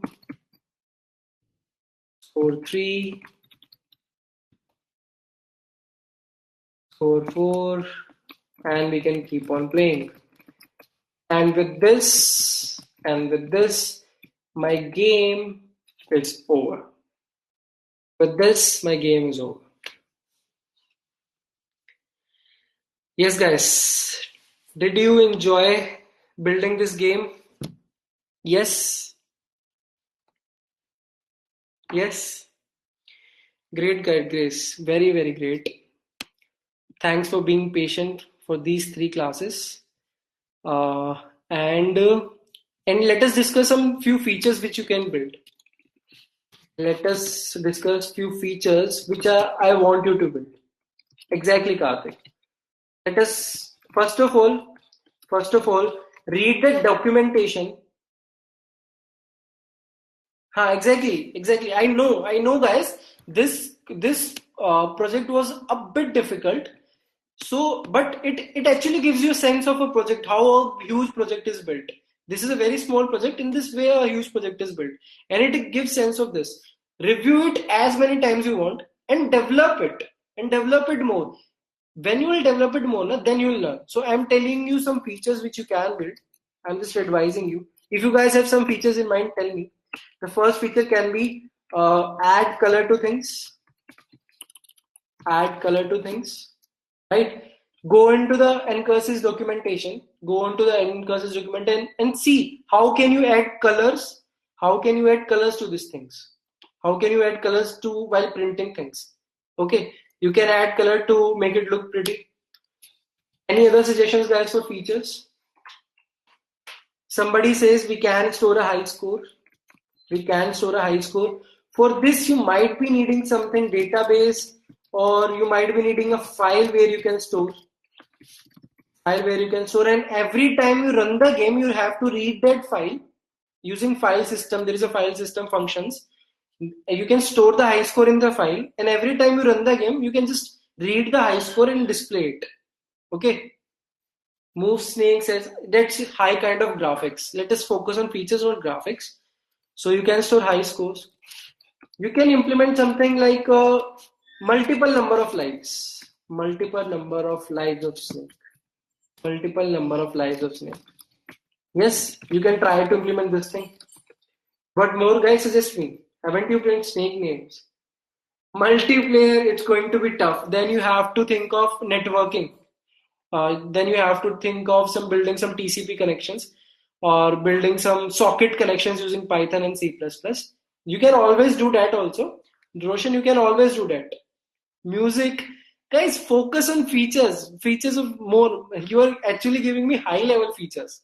Don't give me high level features. Think of something which you can think you can implement. Can you implement music? Can you implement multiplayer? No. Right, Akif said food point one big food point at some period. Okay, what we can do, we can have multiple levels. We can have multiple levels, multiple snakes. Okay, and the thing which we used to do, why we need to have border this rectangular one? We can leave some spaces where the snake can go and emerge out from the bottom. Right? Exactly. Change the structure of border. Great, guys, great. One more important, increase the speed gradually. You should implement this one. Increase the speed gradually. Okay. So these are the number of features which you can add on to this project. And I really want you guys to implement any one of it or any something of it and tell me, sir, okay, sir, I have implemented this even after 1 month or 2 months or 3 months. But guys, at least I want 5 people to come up with something. Sir, see, I have added something to this project. Then only you can say this is my project. Until now, this is my project, not yours. Okay? Until now, this is my project. Nobody dares to put it on your resumes, okay? You can put it on your resume as soon as you added one more feature into this project, okay? Yes, Karthik, you can also do. Karthik is saying that snake can eat itself. Snake can eat itself. As soon as snake collides with itself, it should not die. Actually, it should eat itself. That's an another feature. Let me write it also. Eat. Snake eats itself. Snake eats itself. You can have obstacles. You can have obstacles. Now I it seems interesting to me. I also want to implement some of these features and some high level features. Some high level features which you were saying, which you guys were saying. Hmm. The one was chat. The second was multiplayer. Then you want to edit music. Okay. That is another thing. Leaderboard. Signing up. Signing up. And the list goes on. And the list goes on. Okay. So there are many features to implement in this single project, and you can learn a lot. You can learn a lot out of it. Yes, guys.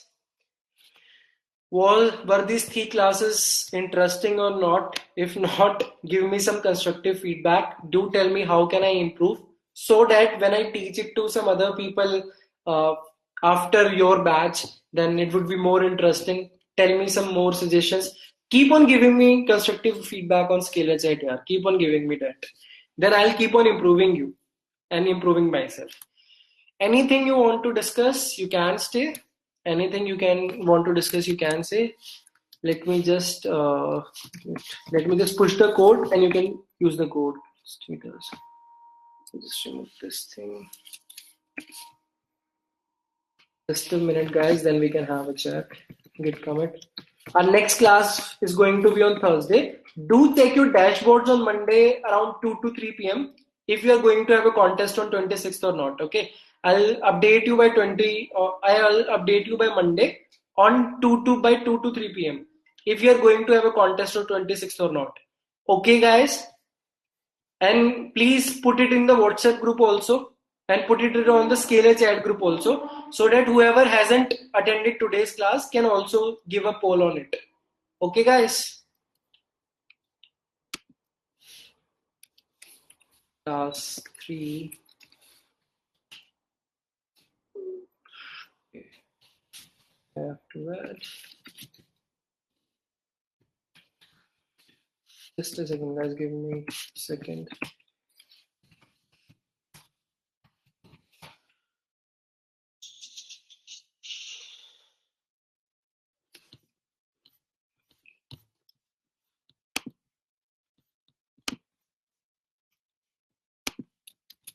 Okay, so I have uploaded the code.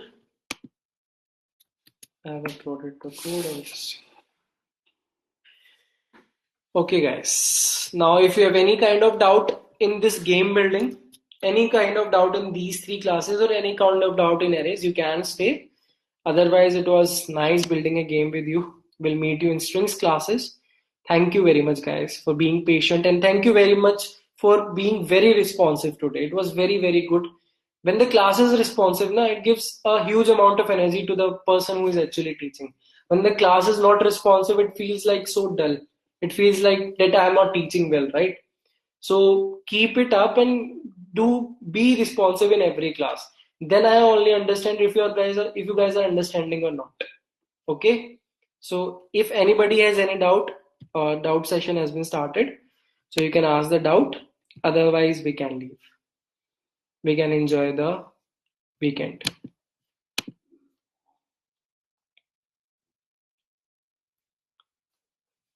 Thank you, Gustav. Thank you very much. I am not able to start a doubt session. Thanks, Mahip. So, guys, anybody has any doubt in this, or shall we just terminate the class? No doubts? No? Nobody? Great. Good night, all of you, and wish you a very happy Republic Day. Enjoy the weekend. See you soon in the next class. Bye bye.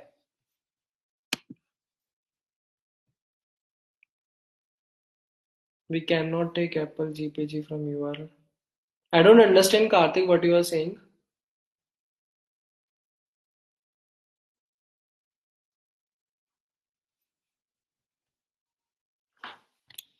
Karthik, I do not understand what you are saying. Can you just repeat it? Pick of a small apple. Uh, you want to put it on the screen? You want to put it the pick on the terminal?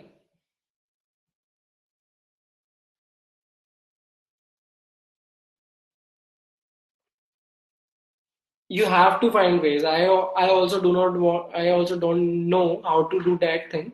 How to place symbols on this particular terminal. So you have to explore. You have to explore n courses, or is there any other library which can help you? Okay. If I even know this thing, that would make me god of computer science. I cannot know everything, na. So you have to explore. You have to explore if there anything like this, or then you have to search, are there anything which would help me get graphics on C++? There is something called Qt. There is something called Qt. Qt. It is another kind of thing which helps you include graphics in C++ in some other window, not on the terminal. You can actually develop windows. Okay, you can actually develop some kind of softwares using Qt. So Qt is a kind of thing which helps you develop graphics in C++. Okay, but do not indulge into these things, yeah, right now. Focus on data structures and algorithm, and focus on building your basics. So there are many lot of things, Karthik. Just relax, enjoy the journey, and you will eventually know everything about C++, or most of the things about C++ as you start gaining the experience. Okay, great, Karthik. Chalo. Good night. Bye bye. See you soon on the Thursday, and check on Monday. I'll update on Scalar Chat if there's a contest on Tuesday or not, and also keep on checking your dashboard. I'll update the curriculum tomorrow or day after tomorrow for the next 2 weeks, and then you'll have your development classes. Okay. Bye bye.